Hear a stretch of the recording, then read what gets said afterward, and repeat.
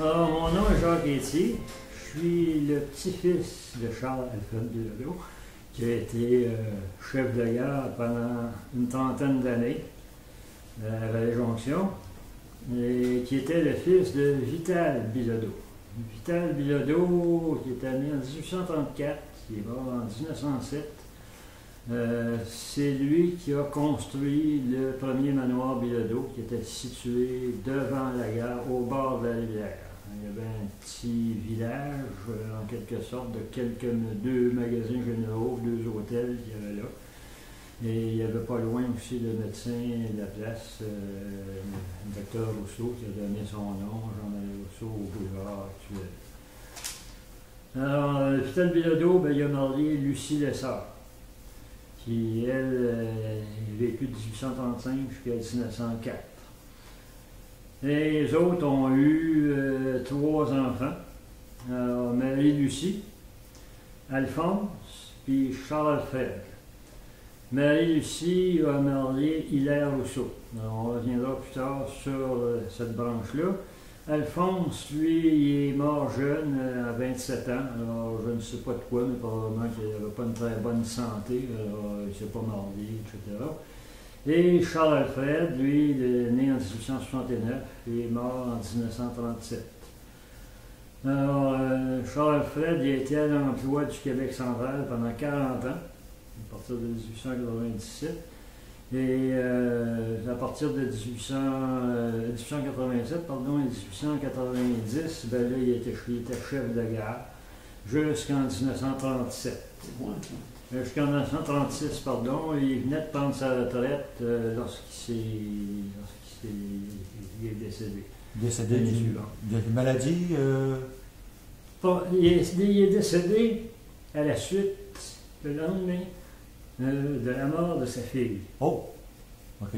Je reviens un petit peu là-dessus, mais bon. Alors, il est possible qu'il soit mort. Bon, ma mère disait qu'il est mort de peine, mais bon, il était pas, il avait peut-être une crise cardiaque ou quelque chose comme ça. Et à quel âge qu'il est décédé? Là, il avait 68 ans. 68 ans.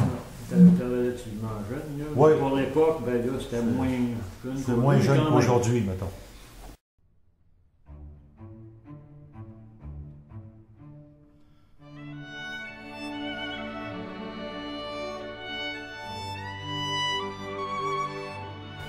Si on s'en va du côté des Rousseau, là, Marie-Lucie, la sœur de mon grand-père, Charles-Alfred, a marié Hilaire Rousseau. Alors là, eux autres ont eu des enfants, Arthur, Wilfrid, Alfred et Jean-Thomas. Alfred, plus tard, sera propriétaire du manoir Bilodeau. Et à ce moment-là, ça sera le 2e manoir, l'édifice plutôt rectangulaire en bois, qui en fait était un assemblage de 2-3 rallonges, si on veut, mais c'était un hôtel très bien tenu, qui avait très bonne réputation. D'ailleurs, il a organisé toutes sortes de choses à la Jonction, des concours de ski, etc. Et montrer à quel point c'était quand même une bonne place. Ma grand-mère avait une amie, c'était une Belge, Mme Delille, qui était passée ici en train. C'était à la veille de la guerre, alors c'est probablement, là je ne sais pas exactement, mais c'est probablement à cette occasion-là qu'elle a décidé de remettre son retour en Belgique plus tard. Et elle s'est arrêtée ici.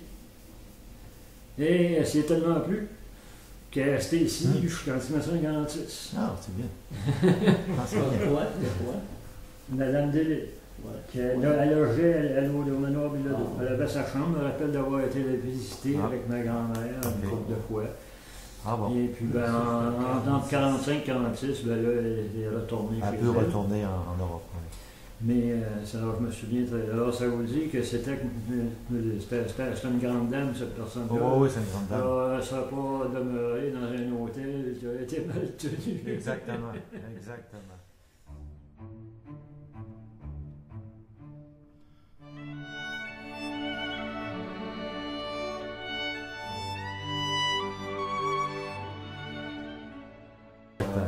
Et le manoir a été en opération jusqu'en quelle année?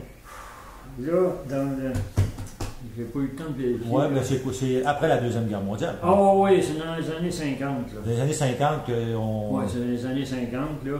Là, évidemment, avec le temps, là, il n'y avait plus Rousseau, il n'y avait plus Mary Goldgun, alors c'était moins bien tenu, Ok. là, ça a fini par passer au feu. Oui, exactement. Et puis plus tard, là, ben, on a la municipalité a décidé de faire passer le chemin, le boulevard Rousseau d'aujourd'hui, D'accord.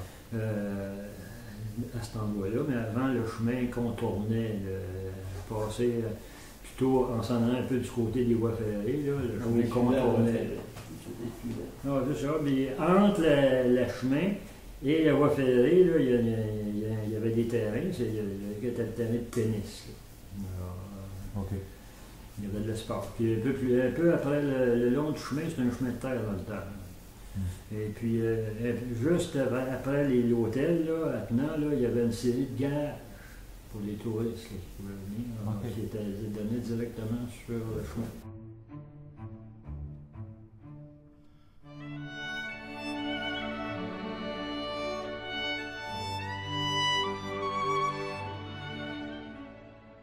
Et puis, le manoir, par rapport à la gare, il était situé où?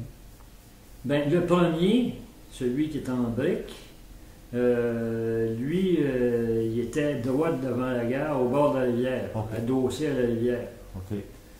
Mais plus tard, celui que j'ai connu, moi, qui était une construction en bois rectangulaire, avec un toit, des toits plats, là, lui était adossé à la rivière Montmorency.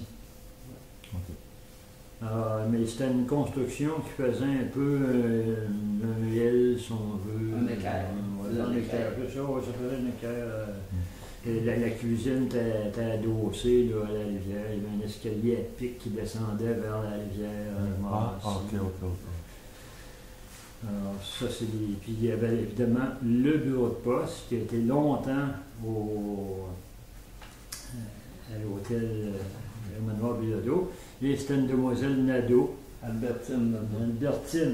Albertine Nadeau, qui a tenu le bureau de poste, en tout cas, pendant longtemps. Moi, tout le temps, en tout cas, je l'ai Elle a connu. fini au nouveau bureau de poste. Ah oui, elle était au nouveau bureau de poste dans le village.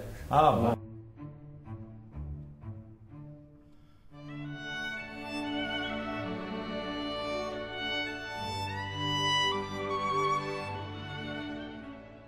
Et j'aimerais revenir Oui. quand on parlait de votre grand-père, toujours, lorsqu'il Oui. était agent de gare. Et en même temps, puisqu'il n'y avait pas assez de trains, il pouvait occuper la fonction Oui, de marchand à Au côté. début, là, justement, parce que d'abord, les commerces étaient tout proches là, à ce moment-là. Avard et Nadeau avait son magasin général juste à côté de l'hôtel du manoir Bilodeau. Puis là, il y avait un autre hôtel, puis un autre magasin général. Là. Il y avait une forge. Oui, il y avait pas une forge Une aussi, ça. Il y avait un charron qui appelait. Il faisait Oui, des voitures c'est ça, musclées. c'est ça.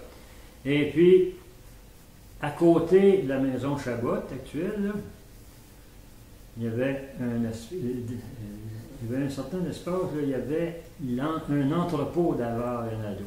Ça, vous le voyez sur quelques photos, photos d'inondation, une photo d'une parade de la Saint-Jean-Baptiste. Alors, évidemment, c'est des choses. Le club, qui faisait le club sportif. Non, le club, Non. c'est autre chose.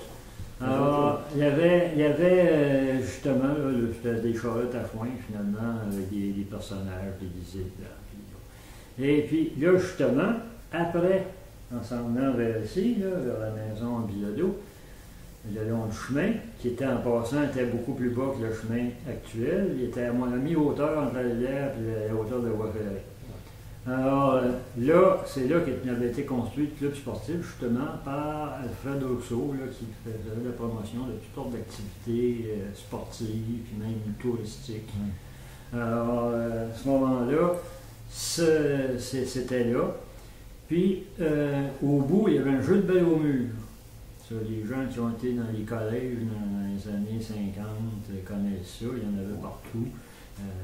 Avec des deux côtés comme ça, là, puis bon, fond, des planchers de bois, puis des palettes de bois, puis pif, paf, on en avait au séminaire, il y en avait partout. Ah, ben oui.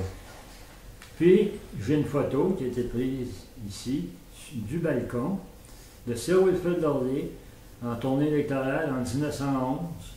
Alors, ils avaient aménagé des estrades dans le jeu de balle au mur. Puis on voit, il y a toute une foule devant sur la voie ferrée. On reconnaît très bien, même s'il est loin, ça doit être le Laurier avec sa coupe de cheveux caractéristique. Et puis quelques autres